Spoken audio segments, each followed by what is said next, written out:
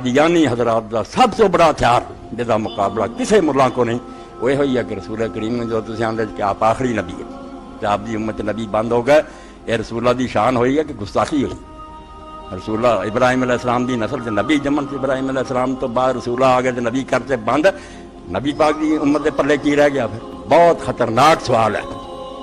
ارے تو جان نہیں ہر کوئی چھڑا سکتا, میں ہی صرف چھڑا سکتا جنہیں شیخ ابن عربی نے پڑھیا تو دین نے سمجھا بھائی کوئی بندہ نہ کہے کہ نبوت بند ہے. اے خطرناک گل ہے.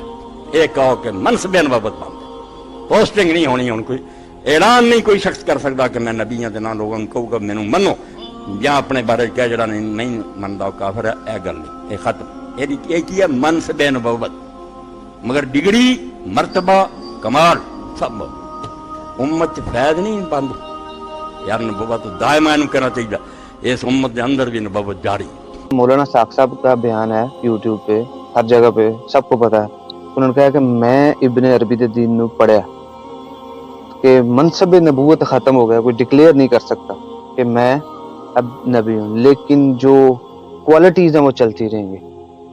ان کی کوئی ویڈیو جو قادیانیت کے خلاف ہے نا جی, وہ ان کے اس بلنڈر کو دھو نہیں سکتی جو انہوں نے یہ بات کی ہے. ہم ڈنکے کی چوٹ پہ اس چیز کی مخالفت کرتے ہیں. اور ابن عربی تو شاہی کوئی نہیں ہے, اس کی کتابوں میں وہ بکواسیات اور شرکیہ باتیں ہیں جن کا دفاع ہی ممکن نہیں. مولانا اسحاق صاحب کا میں نے بتایا نا, ان کی ایک کمزوری تھی نا کہ وہ صوفیاء کے بارے میں نرم گوشہ رکھتے تھے. حضرت معاویہ کے بارے میں ان کا ہارڈ سٹانس تھا. جو سٹانس ان کا حضرت معاویہ کے بارے میں تھا اس کا 100واں حصہ بھی اگر صوفیاء کے بارے میں ان کا ہوتا تو میں علا وجہ بصیرت کہہ رہا ہوں کہ صوفیاء کے ایمان کے بھی وہ قائل نہ ہوتے جو کچھ صوفیاء کی کتابوں کے اندر لکھا. تو میرا ان معاملات سے کوئی لینا دینا نہیں. میں نے تو آپ کو بتایا نا کہ میرا اعلان برات ہے اس طرح کے تمام معاملات سے. تو یہ اس کے مقابلے پر قادیانیوں کے خلاف ان کی جتنی ویڈیوز بھی شیئر کروائی جائیں, یہ بلنڈر اپنی جگہ رہے گا. مسئلہ یہاں قادیانیوں کا نہیں ہے. اسحاق صاحب مرزا قادیانی کے بارے میں جو کہتے ہیں وہ کہتے ہوں گے, ہمیں اس سے کوئی غرض نہیں ہے. نہ ہمارا دعویٰ ہے کہ مرزا کے بارے میں اس کا کیا نظریہ تھا اور کیا نہیں تھا. محترم آپ صاحب نے, اللہ ان کو جزائے خیر دے, انہوں نے اس بات کو ذکر کیا کہ یہ نبوت کا ڈاکو ہے. ڈاکو کیسے ہے؟ وہ کہتا ہے کہ نبی جو ہیں وہ آ سکتے ہیں, نبی آ سکتے ہیں مگر نبوت کا دعویٰ نہیں کر سکتے. ہم یہ کہتے ہیں کہ اس سے بڑا دنیا میں کفر کوئی نہیں ہے. قرآن سے, صحیح احادیث, متواتر احادیث مبارکہ سے اور امت کے اجماع سے اور ائمہ اہل سنت کی تصریحات سے یہ بات آشکارا ہو جاتی ہے کہ نبی کریم صلی اللہ علیہ وسلم کے بعد کسی بھی معنی میں نبوت نہیں ہے. بات ختم ہو گئی, نبوت کا دروازہ بند ہو گیا. یہ نظریہ مسلمانوں میں کہیں پایا بھی نہیں جاتا. یہ تو کفر ہے, صریح کفر ہے. اگر یہ کفر نہیں تو دنیا میں کوئی کفر نہیں ہے.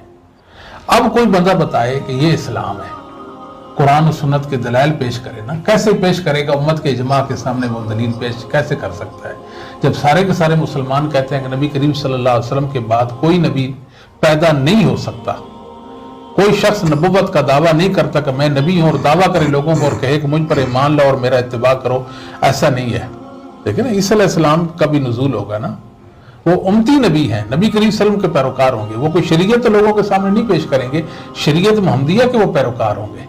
یہ جو نظریہ ہے یہ ابن عربی کافر سے, ملحد سے, زندیق سے چلا اور جھالوی صاحب تک پہنچا, اور جھالوی صاحب اس کو ڈیفینڈ کر رہے ہیں ابن عربی کے نظریہ کو. یہ اس کا نظریہ بالکل صحیح ہے. ہمارے مطابق یہ صریح کفر ہے. اتنا بڑا کفر ہے کہ یہودیت و نصرانیت سے بھی بڑا کفر ہے. اس سے ارتداد لازم آتا ہے, انسان مرتد ہو جاتا ہے. یہ تو کسی مسلمان کا نظریہ رہا ہی نہیں. یہ تو باطنیوں کا, رافضیوں کا نظریہ ہو سکتا ہے, لیکن اہل سنت کا, اہل حق کا, مسلمانوں کا, مومنوں کا یہ عقیدہ نظریہ ہے ہی نہیں سرے سے. تو لہٰذا جھالوی صاحب نے جو کہا ہے وہ صریح کفر ہے. اب جو لوگ جھالوی صاحب کے پیروکار ہیں ان کی محبت کا دم بھرتے ہیں. اب یہاں پتہ چلے گا نا ان کے ایمان کا کہ محمد کریم صلی اللہ علیہ وسلم, اصحاب رسول صلی اللہ علیہ وسلم اور ائمہ اہل سنت کی طرفداری میں کھڑے ہوتے ہیں یا جھالوی صاحب کی بات کو ڈیفینڈ کرتے ہیں. اب یہاں پتہ چلے, یہ آزمائش ہے, بہت بڑی آزمائش ہے. اب ہم تو دعوت اصلاح دیں گے, لمحہ فکریہ ہے. اللہ کے بندو, آپ نے کیا یہ جھوٹے موٹے بابے بنا رکھے ہیں؟ چھوڑ دو ان بابوں کو، محمد صلی اللہ علیہ وسلم کی حدیث مبارکہ کو، قرآن مقدس کو یوں سمجھو، وحی منزل کو ایسے سمجھو جس طرح صحابہ رسول نے، امام مسلمین نے سمجھا ہے۔ اگر اس کو ہم کہتے ہیں کہ یہ بابا صحیح کہتا ہے، کیا کہتا ہے صحیح؟ کہتا یہ ہے کہ نبی پیدا ہو سکتے ہیں، دعویٰ نبوت نہیں کر سکتے، یہ نہیں کہہ سکتا کہ میں نبی ہوں، لیکن پیدا ہو سکتا ہے۔ یار نبوت دائما کرنا چاہیے، اس امت کے اندر بھی نبوت جاری۔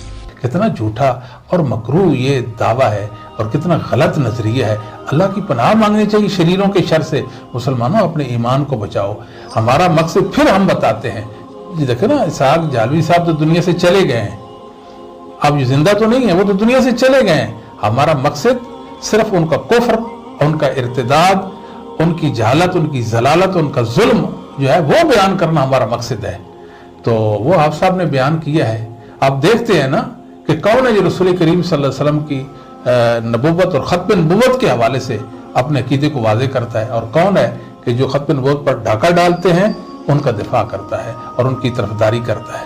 یہ لوگ تو ایسے ہیں، میں نے سنا ہے ایک سے، وہ کہہ رہا تھا کہ بابا صاحب یعنی شیخ الاسلام ہے۔ اللہ کی پناہ، یعنی کتنا میں سمجھتا ہوں کہ گری ہوئی بات ہے، کہ کتنی نامعقول بات ہے کہ کوئی انسان اسحاق جالوی صاحب کو شیخ الاسلام کہہ دے۔ یعنی سوچنے کی وہ کہتا ہے صحابہ تو چاندی تھے۔ اللہ کی لیے توبہ کرے، شرک کو چھوڑ دے، کوئی صحابی نہ کہے، جو اچھے ہیں رضی اللہ عنہ ورضوا، وہ تو چاند ہے، وہ سارے۔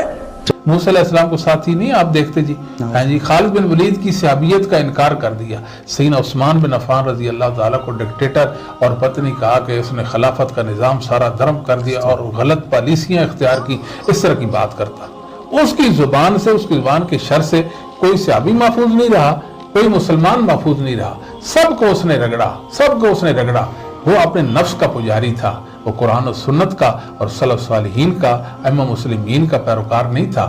اس کے عقائد اسلام سے متصادم عقائد تھے۔ آپ صاحب نے بات کی ہے، اس میں کوئی جھگڑے کی والی بات ہی نہیں ہے۔ بات اتنی سی ہے کہ یہ دیکھیں یہ عقیدہ کیسا عقیدہ ہے، کہاں سے یہ اخذ ہے۔ اگر یہ قرآن و سنت سے ہے تو مسلمانوں میں کون ہے جس نے قرآن و سنت سمجھ کر یہ عقیدہ اختیار کیا؟ اگر یہ قرآن و سنت میں نہیں ہے اور بال یقین نہیں ہے تو مسلمان اس کو کیسے اختیار کرتے؟ جو اس کو اب اختیار کر لے وہ کون ہو سکتا ہے؟ ایک سوال ہے، اس کا جواب چاہیے، بس اتنی سی بات ہے جی۔